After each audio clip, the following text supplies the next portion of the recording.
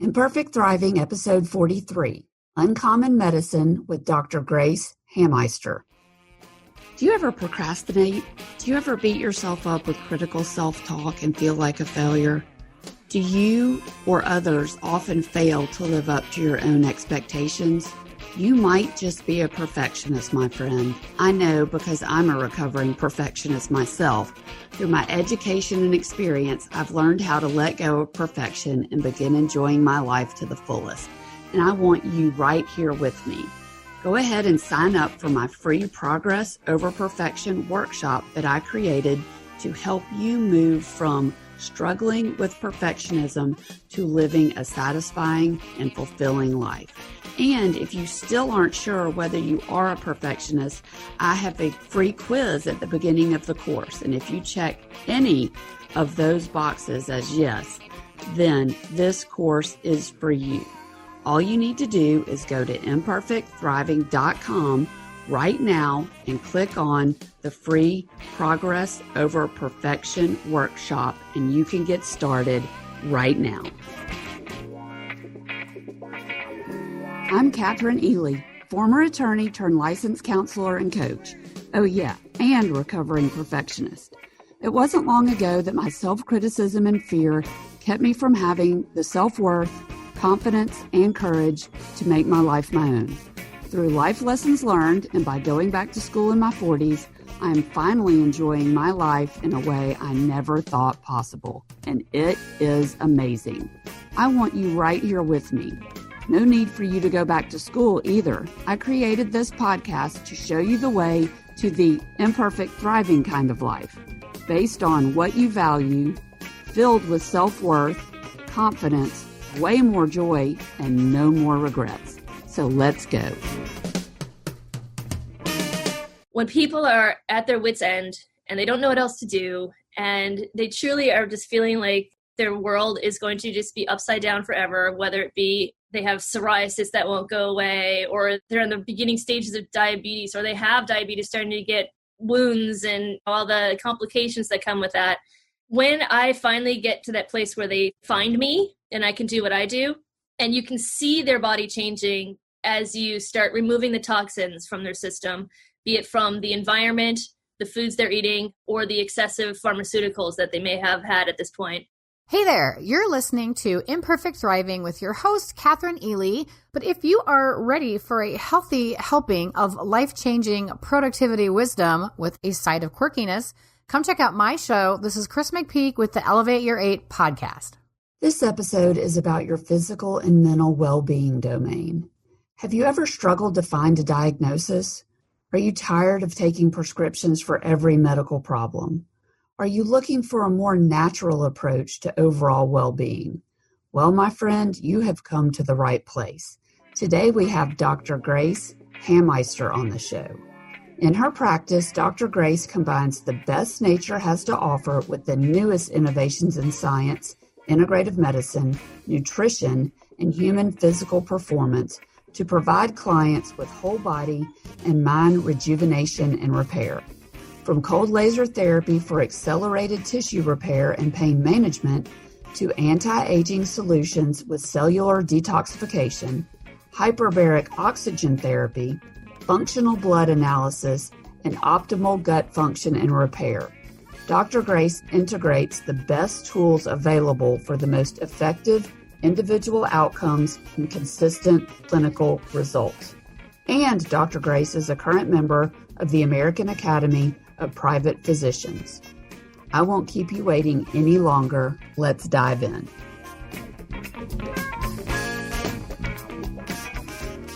Welcome to the show, Dr. Grace. I just can't even tell you how happy I am to have you here. And you can see that I left out your last name of the introduction so that you can pronounce it for me properly. My last name is Hameister, but that's exactly why I go by Dr. Grace. I have for years. So it's a good, staunch German name, but a lot of people all around the country who don't have German backgrounds don't really get it. I get everything from hamster, Hameister, Hameister. So it is Hameister. Oh my gosh. Dr. Grace. That reminds me of the part. Did you ever see the Pink Panther, like the newer Pink Panther with Steve Martin in it? Oh, not yet. Oh, okay. Well, there's a scene in that is just hilarious. He's trying to get to pronounce hamburger.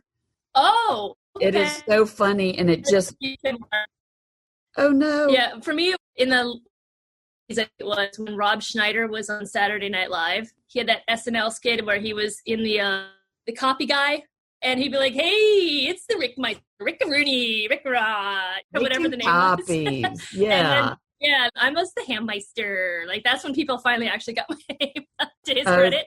I actually met him and told him this, which was hilarious, and he was laughing so hard. So I'm like, yeah, thanks for making my life completely miserable and hilarious all at the same time. Oh, that's awesome that you got to meet him and have that conversation. So tell me a little bit about your background and how you came to practice uncommon medicine. Yes. Well, taking it back really far, I was the first Olympic level rhythmic gymnast in my state. So I did a sport that didn't even exist really in the mainstream awareness factor. There was no college educated scholarships for it. It just was something that fell in my lap and I just became really good at. I guess it was kind of designed for it. And then from there, I went on to becoming a professional water skier. I worked at SeaWorld in San Diego and Cypress Gardens in Florida. I won the world championships in doubles doing that in 1993. And then that took me into the world of athletics and elite performance. And I was exposed to that. I went to the Olympic Training Center when I was 12 years old, by qualifying to go there from my competitive days. And that was in Colorado Springs. And so I had, at a very young age, been exposed to some very uncommon things that people my age would see. And so it shaped me. It brought me awareness to excellence and integrity in ways that I still carry with me today. And when I was a water skier, that's when I decided to go into alternative and chiropractic, alternative medicine, which I have focused to be a sports-oriented career as well as a concierge career. So I travel with people on site, on set, backstage. I work with senior executive management teams and CEOs quite a bit and handle their healthcare. So from my athletic background, that took me into becoming a super geeky scientist through college, which I really adored doing, which took me into using both of those worlds to tie together and create the kind of practice that I have now. I love that, how you took the things that were so specially unique to you and the way that they all tie together in the package that is you as a person, and sort of did what you did with the gymnastics and created this new thing. You're doing that with your work. Yeah, it's a blessing and a curse. I've been a trailblazer since day one. I use technologies that a lot of people still don't know about that have been on the market for 15 or 20 years. And I've been in practice for 20 years now. So I graduated from University of Minnesota in Minneapolis, got my degree in psychology, a double major in bio, and did a year of cancer research and immunology before moving out to the West Coast to become a chiropractor and specializing in functional integrative medicine and sports. So through all that, that's definitely kind of carried me through to what I'm still doing now in my practice. Yeah. So tell me a little bit more about some of those practices that, even though they've been around a while, you use, but others haven't really come around to. Sure. Well, what's been intriguing me recently is ways to help with your immune system. I mean, that's always been the forefront of my mind and of my experience level. Tissue repair and immunity have always been high on the list of kind of things that I approach from a non-surgical and non-pharmaceutical level. So I have a cold laser that I use that helps with your neurology. I do a lot of pharmaceutical grade supplements. It's called orthomolecular nutrition and functional medicine. They're more concentrated and they're super pure. They're designed for healthcare practitioners to use so that you can get better results at the cellular level. And so the gut-brain connection has been huge for not only people to learn about in society more. It's more relevant in literature right now. It's kind of like the buzz in functional medicine, the whole gut-brain axis. And that's because 70 to 80% of your immunology and your neurology is in the gut. So between the laser, the supplements, and then I do other things too, like looking at diet. But one of my favorite things also is ozone therapy and hyperbaric oxygen therapy. And those are two that people haven't heard much of either. And actually, none of them people have heard a lot of either. Certainly not in the Midwest, which is why I decided to return to Wisconsin where I grew up. And I was practicing in California for almost 15 years. And I came home to see my mom for her birthday. And I realized there's a giant gap that I can fill here with the knowledge base that I have. I was ahead of the curve in California. So coming here, I'm like a freaking unicorn. Well, I mean, I'm fascinated. I have so many follow-up questions to what you just said. I know I won't even be able to remember them all, but I do want to know more about ozone therapy and hyperbaric chambers, what that can do for us. Well, there's a lot of applications for both of them. I was first exposed to hyperbarics, I would say, back in 2004. At that time, I was working with Erconia Medical, which designs the cold laser that I was just referring to, and they truly have the best product on the market for that. And at the time, I was just out the gates as a doc myself, and I ended up getting hired by them to help them do lecturing and sales. So I would travel around every weekend, someplace in our United States, and teach other doctors how to use this device. And I would learn from the best minds in the world who were doing the lectures. And then I was in the back helping to do the clinical parts of things and then sales. So we would do lots of trade shows too. And at the trade show is when I first came in contact with hyperbaric. And I was blown away by the implications of its use. I thought it was just for scuba diving and for people that get the bends and that kind of thing. It's so much more than that. It has a giant impact on neurology, meaning it helps quite a bit with stabilizing Alzheimer's, with stabilizing autism. It helps with tissue repair. We had some pretty major sports athletes that were using it for the purpose of accelerated healing. In fact, one of them was Terrell Owens at the time. It was like 3 weeks before the Super Bowl, and he got a really bad ankle injury. And he was given a hyperbaric chamber and our laser, and 3 weeks later he played in the Super Bowl. And I think their team won, if I'm not mistaken, but don't quote me on that one. Oh, wow. I just know how to fix them. I love athletics. I always have. I look at a sport and I'm like, okay, what are the common injuries there? And then I'm like, bam, here's how I'll fix that. So that's where my brain goes with these things. So hyperbaric also is really great for immunity, because a pathogen or a bad guy, like say a bacteria or a virus like we're dealing with right now, cancer cells, none of these things can grow in an oxygen-rich environment. So the more alkaline your body can be and the more oxygen you have that is physiologically viable, like if you get too much oxygen, that can be damaging too. However, with the right balance, in the right higher doses, just like taking vitamin C, right? I mean, you could take up to 50,000 milligrams, especially if you're doing IVs. If you're not, you'll just be pooping a lot. That's the trade-off. So the same goes with how you're looking at oxygen too. In the case of hyperbarics, it's definitely one of the first places I go for helping my immune system stay solid. Okay, that's awesome. So now I want to know, since the cold laser sort of started you down that road, what does the cold laser do? The first thing I always say about it is it basically gets you to heal like Wolverine from the inside out. So at the cellular level, the technology connects with your body at the cellular level, makes your mitochondria produce more energy in a more efficient way so that your cells and your tissues just come together with quantum speed, like wound management and wound care. I mean, one of the first lectures that I did for the company back in the day, I was actually a chiropractor flown to a hospital that was a burn center.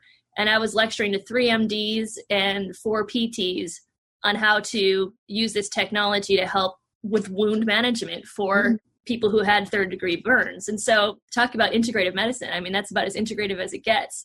And it was a real honor to be there to help them and just to help these people. And it's a technology that you don't have to touch the skin in order to use. And obviously a burn victim has so much pain when you touch them. So it was really an interesting thing to see. So for wound management, it's amazing. It's also amazing for neurology. I personally had an experience that I will never forget. It was a little girl. Her parents brought her in to see me, and she was like 3 or 4, and she was having speech problems. They thought that she was autistic, but they didn't totally believe it. They thought there was something else going on. And I just learned about the applications of the laser for neurology. And so they brought her in to see me, And we did what I called the ABC game, where I tried to have her say just little word like and and you just to do things like this. And while doing that, I would use the laser to stimulate part of her brain that was the places that would produce words. So there's Broca's area and there's Wernicke's area that are in the brain. They're like over here on the side. And I was using the laser there and having her do these things.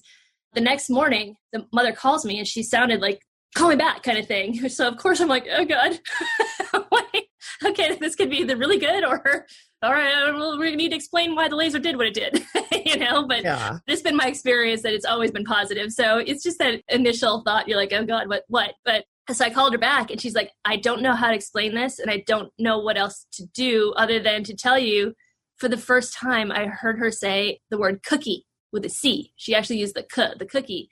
And so we both just started bawling. And then a week later, after about 3 more treatments, the little girl actually said, I want to talk to daddy.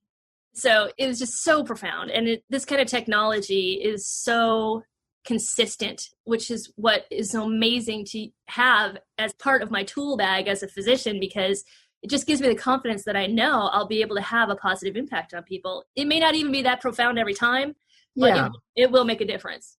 Yeah, that just gave me chills. I know. I'm one of those people too, as a doc, like when you work with me, you get me 1,000%. So like when somebody calls me like that and they're crying, I'm just like, because it's literally just the gift that I've been given that I get to share, and to be able to see that impact, it touches my soul, it's just the coolest thing ever to know I can do that. Oh, absolutely. I really want to hear more stories, because the question that I had sort of in the hopper next was, what have you seen these uncommon methods do for your patients that common or Western medicine wasn't able to do, or that this did better? Exactly. And that's exactly why I'm talking the way I am and trying to get this word out even more so now that the podcast platform is becoming so much more mainstream, which I love. The uncommon aspect of it, the reason I call it uncommon is I actually put the in brackets, because what's very common to me is unheard of mostly, or uncommon to most people in Western medicine, or sometimes even in Eastern medicine, society in general. So the things that I've seen have been definitely profound in that 9 times out of 10, when people are at their wit's end and they don't know what else to do, and they truly are just feeling like their world is going to just be upside down forever, whether it be they have psoriasis that won't go away, or they're in the beginning stages of diabetes, or they have diabetes starting to get wounds and all the complications that come with that. When I finally get to that place where they find me and I can do what I do, and you can see their body changing as you start removing the toxins from their system, be it from the environment, the foods they're eating, or the excessive pharmaceuticals that they may have had at this point, bringing their brain and body into balance through mindful practices and meditation, and also truly actually attenuating the neurology to work better. I mean, I've had people, one person I remember, she was dizzy and had these spells where she would just have to sit down for almost like 5 years. And she had been to a chiropractor, been adjusted before, but no one had ever done the full spectrum of the neurology, the machines like I have, and then also the teaching how to get your neurology to work in your favor, do specific things like exercises with your eyes that attenuate your cranial nerves. And, there's very special things that we could do with that. So yeah, I've seen a lot of people turn around that have been through the gamut. Or my favorite, I love this one. This is my favorite. It happens all the time. I do pre and post-op work. I call it pre-op. So like somebody, for example, is getting double knee replacement surgery, right? So you'll come and see me for about 6 weeks before surgery. You're going to be working out. You're going to get the muscles strong. You're going to get your area handled that's getting the surgery taken care of. You'll be on a very specific supplement protocol that's going to help to fortify your body with what it needs once that surgery happens, meaning you're going to need more cells to help repair, right? So we're going to need to amplify your body's ability to repair. So we do this for about 6 weeks before. Then directly after, then that's when the magic starts too, with using cold laser and doing the tissue work stuff that I do, and even hyperbarics if people have access to it, which is great. And I swear to God, like every person I work with is that when they go back to their MD after about 2 weeks and they're about to take off their bandages and it looks ridiculously good. And like the scar tissue has very little keloiding. It's not lumpy and crazy and it's not all red and inflamed. They're like, wow, you heal really well. What are you doing? And they never believe that it's actually like the technology that God forbid a chiropractor used rather than somebody that an MD. But that's changing a lot now too. We're getting a lot more respect for our scientific knowledge base and for our results and for our approach to using non-invasive, organically sustainable, earthly sustainable, and bodily sustainable techniques. So it just makes me laugh every time they're like, oh, wow, you heal so well. I'm like, yeah, because you worked on it and we just did all kinds of stuff that's scientifically valid to do it. Duh. That's what I love so much about integrative medicine that I think Western medicine could really use catching up to. And I have friends who are not integrative doctors, but it seems like the model is if you have these symptoms and you can check this many symptoms off of the list, then that is your diagnosis and this is how you treat it with medication or with surgery. And I love the integrative medicine approach where you look at every single piece of the puzzle, including diet, which I just don't understand why more Western medical doctors don't appreciate or don't integrate that into their practice, what someone is putting into his or her body and how that is affecting his or her health. Agreed. I think one of the greatest and most gross gaps that we have in knowledge and in execution is nutrition, especially in the hospital system. When you go into a hospital and you're there for a few days, and if you've had surgery or you're battling cancer or anything else, 9 times out of 10, you're getting trans fats, excitotoxins, corn sugars, and GMOs. You're not getting organic food that is designed to alkalinize and to stabilize your immunity. It's not designed to help with repair. It's just designed to, my own dad went in for surgery here in Wisconsin. Mm-hmm. At the hospital he stayed at, he had to have part of his colon taken out. So his surgery was extensive, and he had what I call like a zipper scar from basically the bottom of his belly all the way up to like the top of the xiphoid process, which is part of your, sorry. Sternum? I'm getting all doctors. Basically his whole belly, his whole abdomen was opened up. And so he had staples, the whole 9. You know what they gave him for his diet after he came out for 2 days? Popsicles. Oh. Popsicles that weren't even made with real fruit. It was like Kool-Aid. It was sugar and dye and corn syrup. I was livid.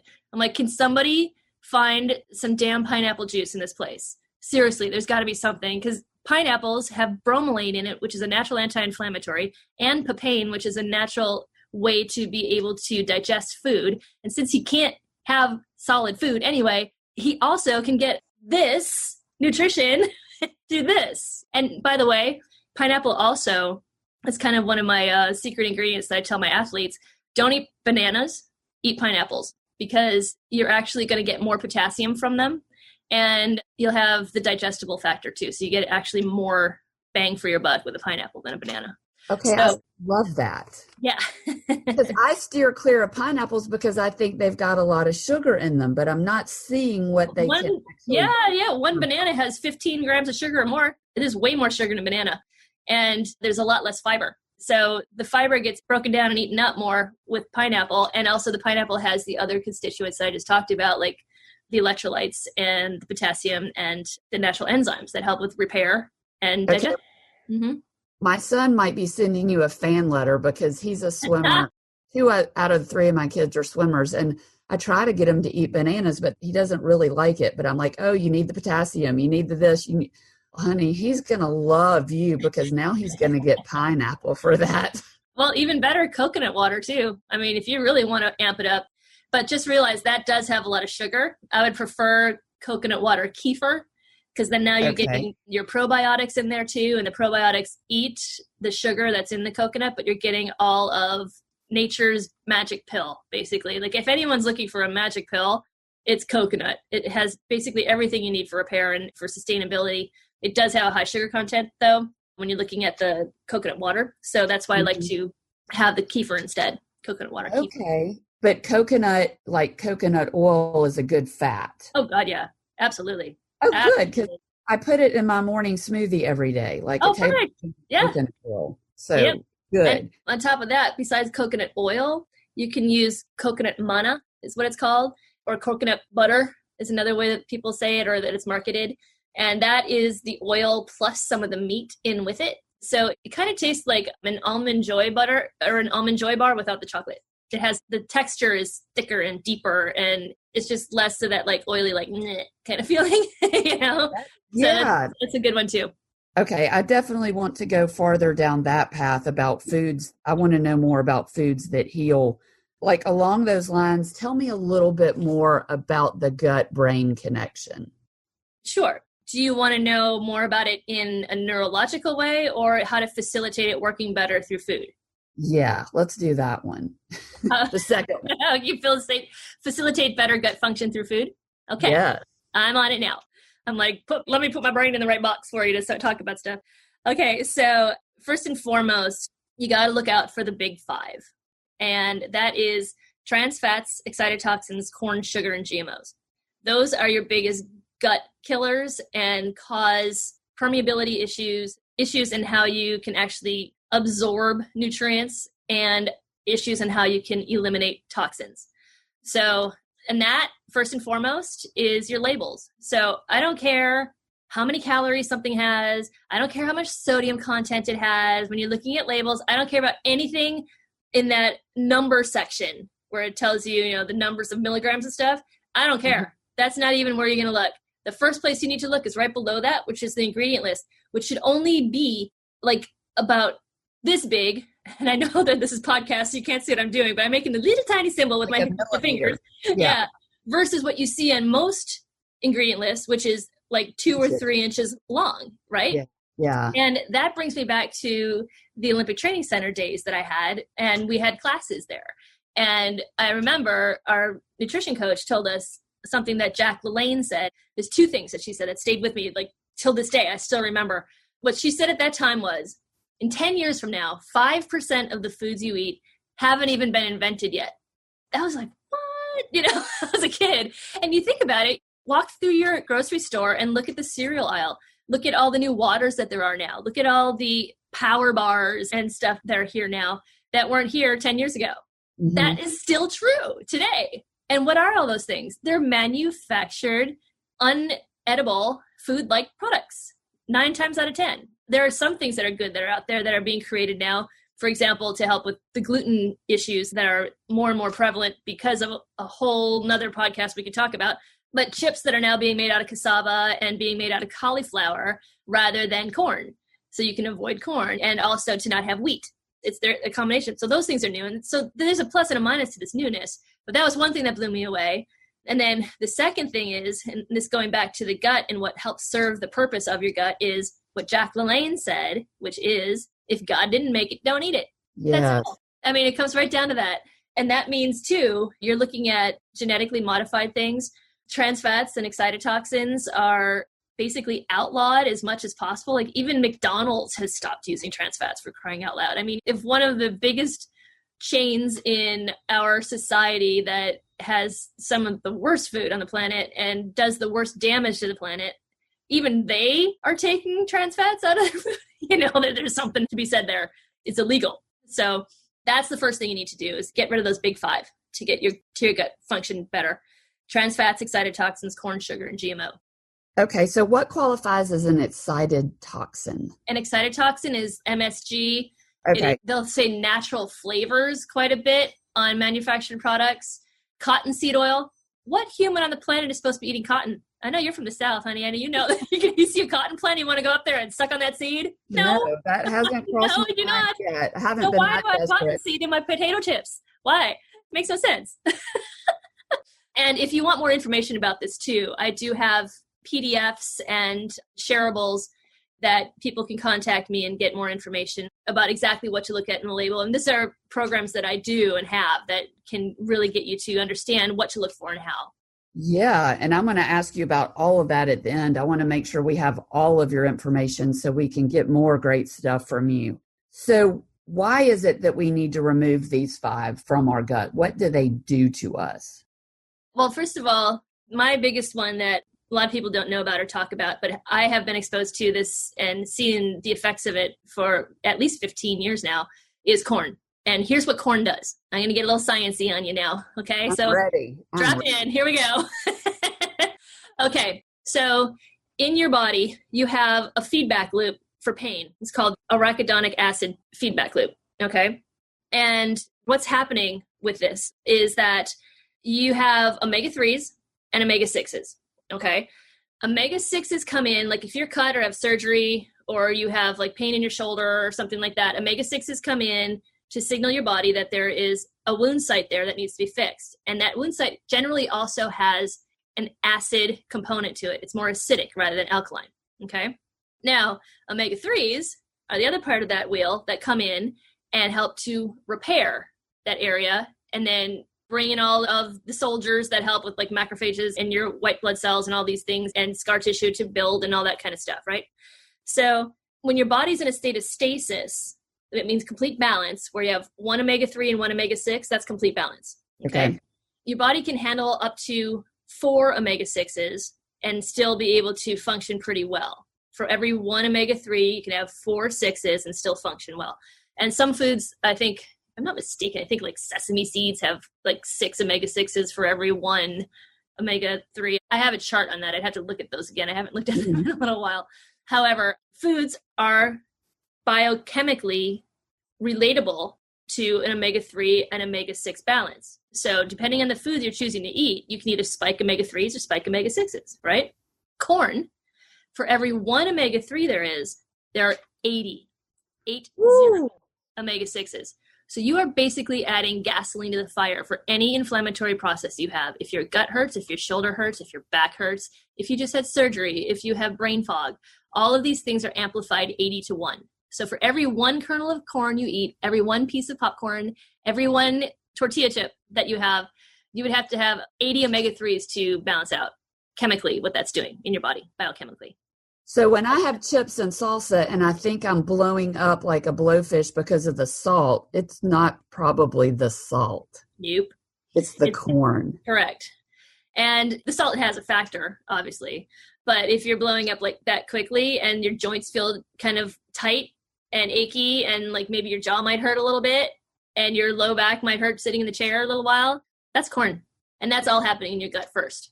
So fast forward to what the other guys are doing in there.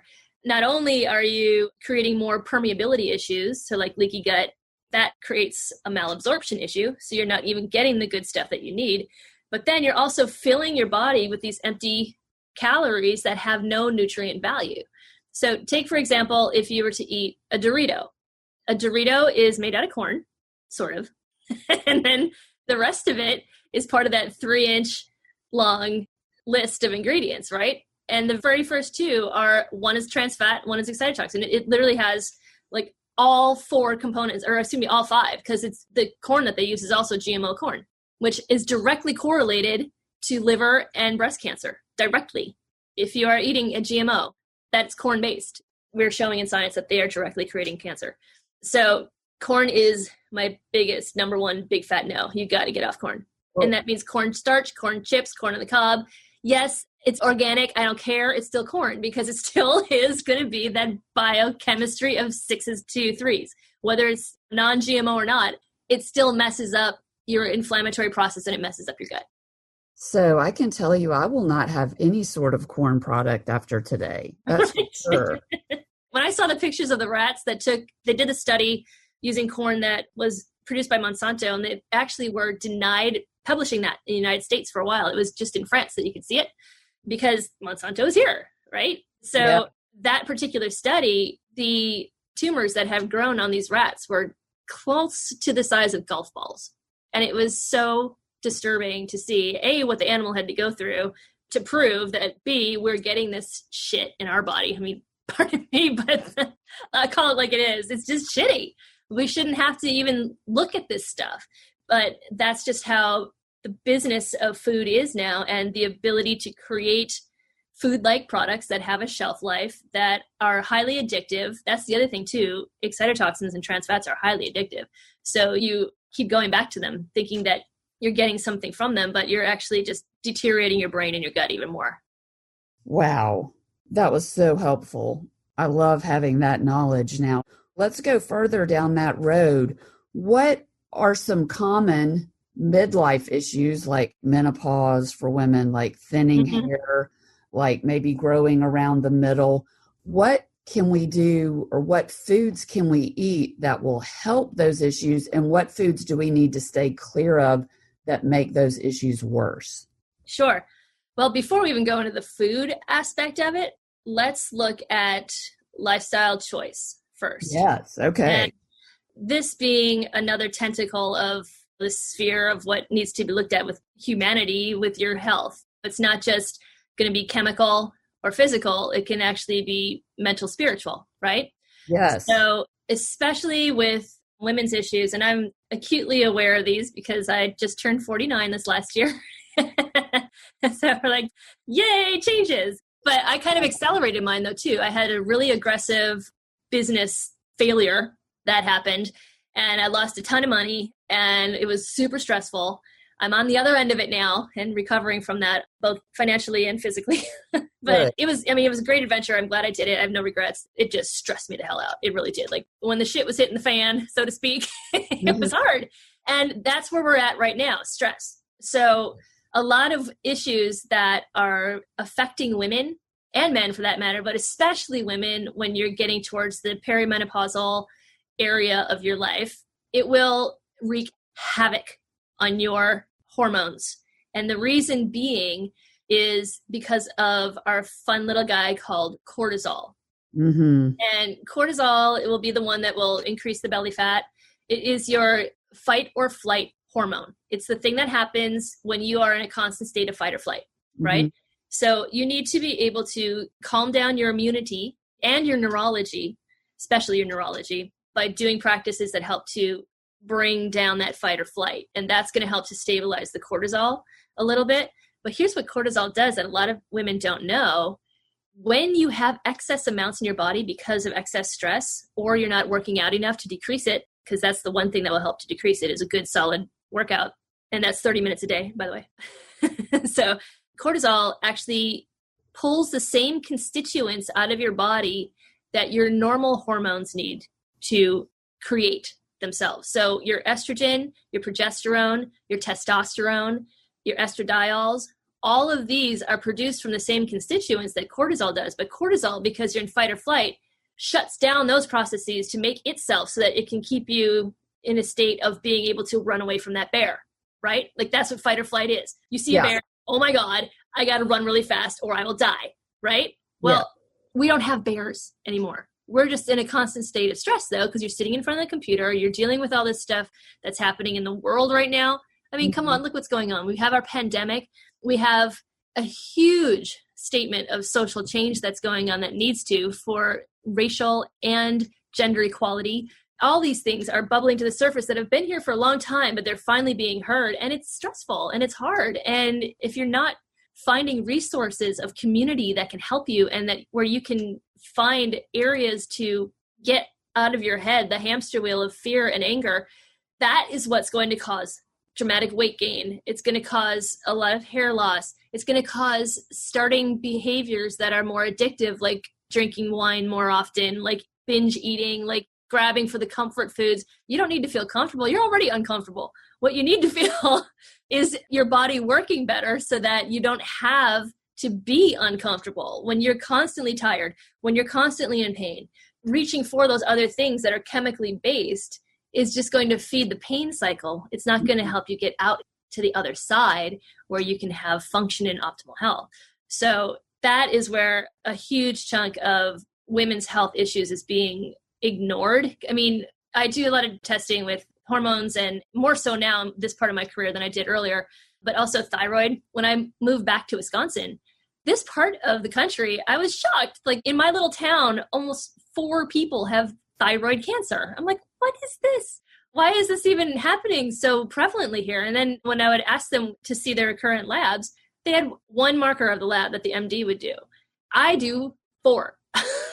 T3, T4. You want to have their TPO looked at for sure. Then also like a full balance of the rest of your endocrine system. So when I get just the T4 amounts, I'm like, where's the rest? how do you even know where this is coming from? So I just feel that when it comes to women's health and it comes to the hormone balance thing, there's a lot more that needs to be looked at than just the blood test. You need to do salivary testing. You need to do cortisol testing. You need to do full hormone panels that look at testosterone too, because like it or not, like I like to say, as we progress through time. Yes. As we progress through time. What a lovely way to put it. Exactly.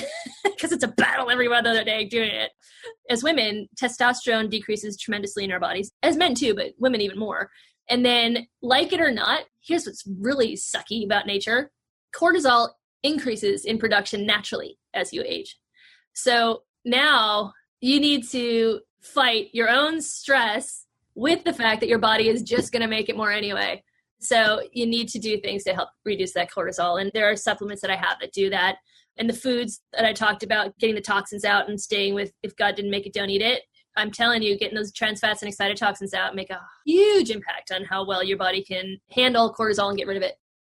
Yeah. So that explains a little bit of the medical side also about how women will come into my office complaining of anxiety in middle age that have never had it before, right? Increased cortisol can contribute to that, right? Absolutely. So are there any foods that we can eat? Now, I know that we need to address the whole package. We need to exercise. We need to find ways to de-stress.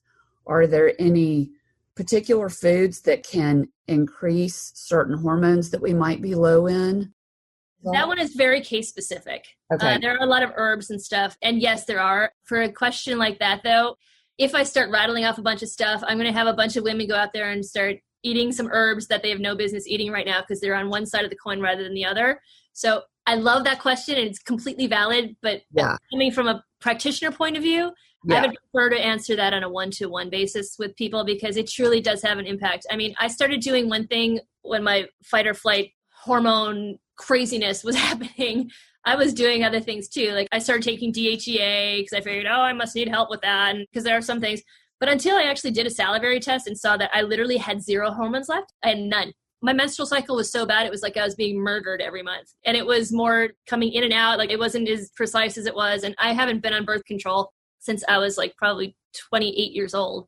I did take it for like about 10 years and then got off because it was just wreaking havoc on me with headaches and things like this. So my natural system is pretty natural at this point is what I'm trying to say. Yes. And until I really looked to one of my colleagues and was like, hey, I'm clearly not handling this very well and I'm not functioning well because I'm bleeding so hard and I'm so tired and things are just crazy. I'm losing my hair. So a colleague of mine, her name is Tiffany Mullen, and they have an amazing website called Vital Health. It's VYTAL, vitalhealth.com. They created it before the pandemic as a hub to go to for integrative and functional medicine that's telemedicine based. So anyone in the country can call them up and get help from them. And they also have a pharmacy. That's the other partner, the business partner in the relationship. They were both in the medical system, like the hospital healthcare system, and just became so disenfranchised with it and frustrated working within the system because they couldn't do everything they knew they were capable of and created this business. So I called on her and got bioidentical hormones and their creams made specifically for me. We got on some supplements that were specifically designed to help my endocrine system because they've got glandulars in them and they had herbs in them in a synergistic way that were, like I was saying before, orthomolecular style, pharmaceutical grade. So yes, there definitely are foods and there definitely are herbs and they are definitely very case specific, I would say. Okay. I appreciate that answer. And so what I'm also taking away, ladies, that we really need to know is don't just let your doctor test one hormone at one time of the month, right? Get a full panel, the salivary testing, the full hormone panel, the TPO, the cortisol, all of that, and find a doctor who will not only run those tests, but explain all of them to you. And give you a solution for them. And give you a solution. That's the thing. I'm like, you can run tests all day long, but now what? Right? Yes. Yeah. So, yeah, it's about finding that solution. And that is what's quite uncommon now, is to get both sides of that picture. Yes, we have a wonderful integrative medicine doctor, Dr. McMahon, who I had on the show a while back, who I took my daughter to. And it's just amazing how it wasn't just, like you said, the test that he ran. It was the 4 pages of results, explanations, and answers Yeah, that he walked in with, it's just like a feeling of being heard and understood. exactly. And fortunately, there are a lot of doctors that practice like that now. Unfortunately, a lot of it is not covered by insurance. So people tend to be turned back. But then now, from my perspective, fortunately, a lot of insurance has super high deductibles. So you're going to be paying cash no matter what. So why not go somewhere that is going to, like for me personally, you can use your HSA cards, you can use your FSH cards, you can do all that stuff that's affiliated with your insurance. I'm not going to bill it, but I can give you a Super Bowl that you might be able to get reimbursed for, or at least contribute to your premium. However, 9 times out of 10, if you're going to spend $300 getting an x-ray, and I can spend $300 doing a blood lab, that x-ray will just be completely unnecessary for. Why not get the information that will serve your purpose in the first place with the first shot? Exactly. And what better thing can you invest your money in? I get it. If you are struggling to eat right now and clothe yourself and put a roof over your head, that this is a privilege. I totally get that. Right. But if you have those other bottom of Maslow's hierarchy of needs filled, you're safe, you're fed, you have a roof, what other thing could you invest your money in that is more important than overall health and well-being, whether it's mental, whether it's physical, whether it's the whole package? And I have that conversation with clients all the time because as a counselor, I do not take insurance. I get it, but really, in the end, what is more important? And if you can't serve yourself, you can't help anyone else. It's just how it is.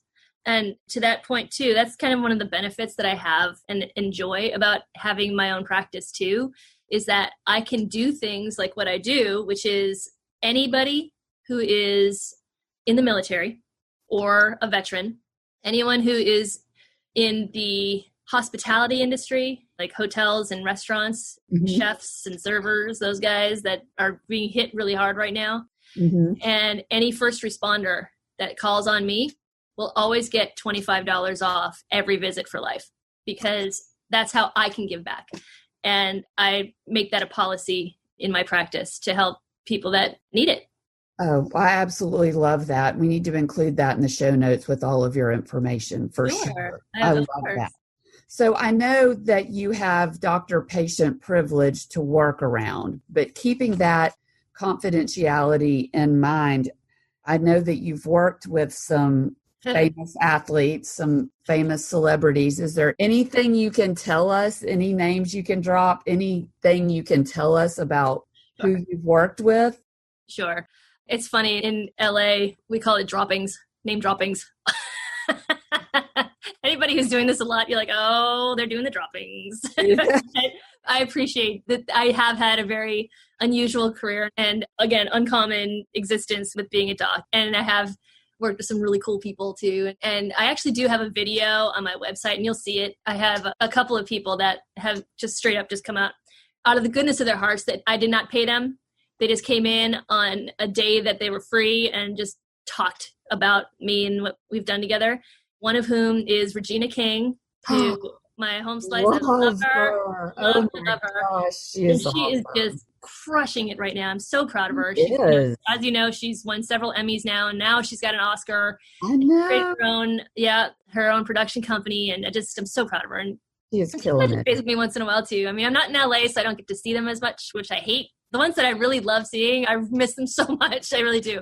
Reggie is one, and Michael T. Williamson, he played Bubba Gump in Forrest Gump. Oh, yes. And he was in Heat with Al Pacino. He was a cop in that. I love that movie. Yeah, he's done a bunch of stuff too. Casey Lemons, this woman, she's a game changer when it comes to just being able to speak to her as a woman. And to be able to call her a friend is just something that is an absolute honor and privilege to me. She is an actor, director, and writer. And she just did the movie Harriet, which told the story about Harriet Tubman. Yes. Okay. Yeah. She did Eve's Bayou. That was another one of her films. And her husband, Vondi Curtis Hall, was in both of those films as well. And now this last one, Harriet, her son was in that as well. And I've worked on their whole family and worked with them, and also just hung out with them. And they're like family to me when I get to see them. And I just adore them too. So that's a pretty good list. Oh, Jessica Biel's dad. That is a great list. Yeah. Love that. Yeah. I could continue on all day, but what I'd like to do now is have just a little lightning round. All right. Okay. That and see what you say. Okay. Are you ready? Okay, I'm ready. Yep. It's nothing difficult, believe me. City or country vacation? Oh, dude. I don't know. That's both of me in a nutshell right there. Like, I can't do a vacation without both. I guess city first. I would go to Paris, but then I would go to Champagne right after. Yes. In the country. Perfect. I kind of need them both. I'm a city girl at heart, but I grew up, in Wisconsin, so I love nature, and nature is very important to me. So I'd say both. Okay. I specifically love that you took an either or and made it an and. Yeah. I love that. I guess that's me in a nutshell right there. Yeah, I love that. What's your next question? What's that? Ray-Bans or Chanel? Oh, Chanel. Absolutely. Brussels sprouts or broccoli? Broccoli. Okay. Instagram or Facebook? Insta. All day. I like pictures more than being told what to do and say. I love pictures too. I love the artistic value of the pictures. Cross-country skiing or downhill skiing? Oh, downhill. I hate distance stuff. I'm not a very good, marathon runner, distance. Nope. I'm a sprinter, not a marathon when it comes to your health. But if I had to go outside and run, oh my God, just punch me in the face first. It's funny, before I realized that you were such a champion water skier, I almost did water skiing versus snow skiing. Oh, that's funny. Lake or ocean? Well, since I spent half of my life living on one and half of my life living at the other, I got to go with both again.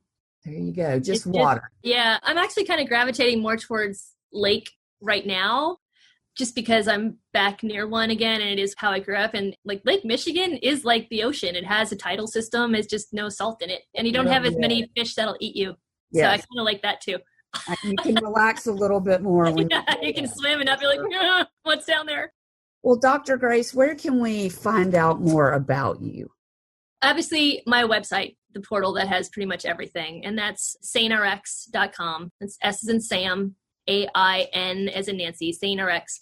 I came up with the name when I was working with some clients who are French-speaking. They're from Africa, and I don't speak French. So I wanted to know what healthy and wholesome means in French, and that's where it's son, actually. Mm-hmm. And what I thought was really interesting was that it also looks like sane, but if you're looking at it as a stupid American who's never spoken French before, mm-hmm. I'm saying about myself, not anybody else. And I'm talking about myself. I had no idea. And I just thought, how interesting would it be to have a more sane approach to prescriptions, RX? So that is where the name came from. And I am at SonorX Longevity Institute. And I do telemedicine. I do travel. That I still have the concierge service. So if you want me to come out to see you in whatever city you're in, we can talk about that too. I do anything from 5 days to 2 weeks that I would spend time with people and just rearrange your kitchens and show you recipes. I mean, I started a juice bar. That was the business fail that I had. It was actually quite successful. The food was amazing. People were really embracing it. I was just in an area that had zero foot traffic in the winter because it's a hospitality-based area. So I moved the business, the juice bar, to the nearest closest town that had year-round foot traffic, and I was subletting from a space museum. I was the first thing you see walking into the museum, and you can get my juices and stuff. Well, they hadn't paid their rent to the tune of $105,000, which I didn't know when I signed on, and I'd just gotten licensed and moved my commercial kitchen and did all of the stuff I needed to do. And I had to get all of these things out in 2 weeks or it would be seized and sold at auction. So that was an $80,000 loss. Oh, golly. However, what was awesome about that was my recipes are right and tight. I've got amazing stuff that I'm going to do again. I need to just focus on Dr. Grace for a little while before I go back into the food industry. Yes, I understand. This is an extremely difficult time for that. But that being said, that is what I do for people too. I do full meal designs. I do full meal programs. I can show you how to do it, what to make, what to get, all that kind of thing. And or just have me come and cook for you for 2 weeks and learn it that way too. So those are all the things that what I like to call in my Mary Poppins bag. That is endless things that keep coming out. That is some good stuff to have in your bag for sure. I've enjoyed this so much. And I'll make sure that we include your website in the show notes. I like to end every interview with the same question, which is, what is one imperfect action that you recommend we all take today to move a little bit closer to our best lives? My personal feeling on that one is the imperfection of the unknown. Embrace the unknown. The less you're planning for the outcome and just accept the outcome as it unfolds, the more magical, the more amazing, and the more exceptional the experience is. So embrace the unknown and just jump. When you know you're in the right place and you feel it in your gut, just jump.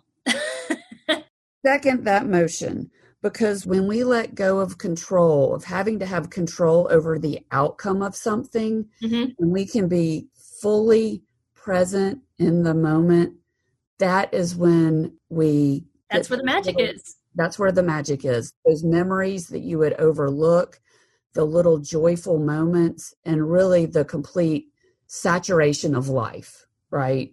Just being... Great phrase. I like that. Saturation of life. That's a good one. Yeah, I don't know where that came from. Maybe from the unknown. There you go. From the unknown. There we go. I second that motion. Y'all go be present today. Let go of controlling the outcome and just really enjoy the process of life. Thank you so much, Dr. Grace, for being here.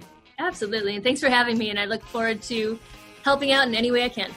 Thank you so much. And y'all heard Dr. Grace. Go embrace the process, let go of the result, and just have a fantastic day for yourself. And I will see you right back here next week. If you are enjoying this podcast, would you take a moment to go to iTunes and subscribe? It is so easy to do, and it would mean a lot. Imperfect Thriving is a part of the Practice of the Practice podcast network, a network of podcasts seeking to help you thrive imperfectly. To hear other podcasts like the Bomb Mom Podcast, Beta Male Revolution, or Empowered and Unapologetic, go to practiceofthepractice.com/network. This podcast is designed to provide accurate and authoritative information with regard to the subject matter covered. This is given with the understanding that neither the host, Practice of the Practice, or guests are providing legal, mental health, or other professional information. If you need a professional, I encourage you to reach out to one.